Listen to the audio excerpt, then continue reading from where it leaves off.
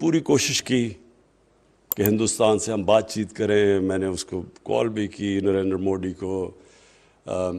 जितने भी हमने ओवरचर्स किए, मुझे आहिस्ता आहिस्ता ये एहसास हुआ कि उसको कमज़ोरी समझ रहा था।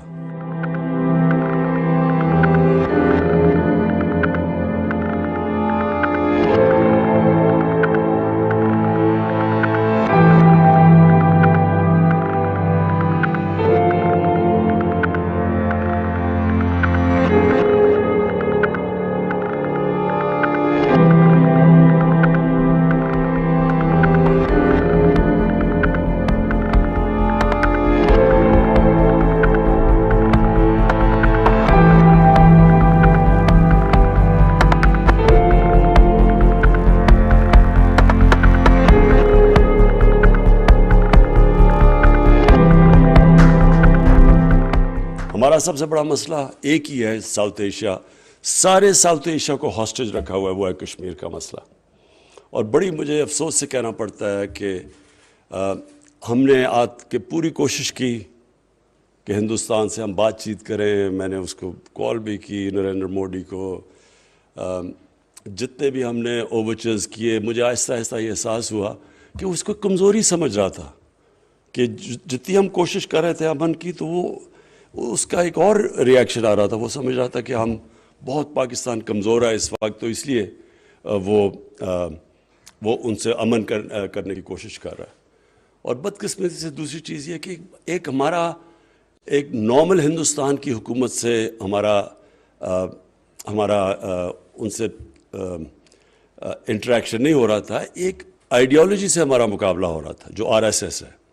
और जिसने भी आरएसएस की आइडियोलॉजी पढ़ ली है और ये इनकी जो फाउंडिंग फादर्स, उनकी स्टेटमेंट्स आप देख लें, तो इस आइडियोलॉजी के साथ बड़ा मुश्किल है कि हमें किसी किस्म की भी हमारे से नेगोशिएशंस और सही माने में नेगोशिएशंस करते हैं। और ये सिर्फ जो हिंदुस्तान में हो रहा है, ये हमारे लिए हमारी बदकिस्मती नहीं है, और ख़ास तौर पे कश्मीर के लोगों की बदकिस्मती नहीं है, ये हिंदुस्तान के लोगों की बड़ी बदकिस्मती है।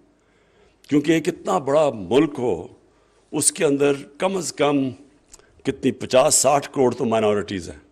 जो भी ब्राह्मण, जो ये आरएसएस सेंटर्ड ब्राह्मण ये आइडियोलॉजी है, तो ये जो एक्सक्लूड कर रही है, वो कम से कम 50-60 करोड़ लोगों को एक्सक्लूड कर रही है। ये कभी ह्यूमन हिस्ट्री में ऐसे नहीं हुआ कि इतने बड़े लोगों को, चंक ऑफ पॉपुलेशन को आप कह दें कि आप सेकेंड क्लास सिटीज़न हैं। और ये सिर्फ हिंदुत्व, यानी ये सिर्फ हिंदुओं के लिए हिंदुस्तान है।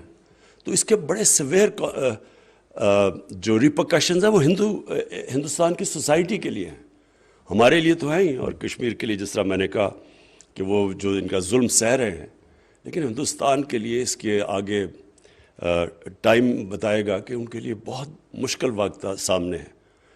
और ये सस्टेनेबल भी नहीं है ये आइडियोलॉजी, क्योंकि ये जब आप एक्सक्लूड करते हैं लोगों को, तो दुनिया की तारीख की ये एक हिस्ट्री हमें ये बताती है कि जब आप मार्जिनलाइज करते हैं तो आप लोगों को फिर रेडिकलाइज भी कर देते हैं।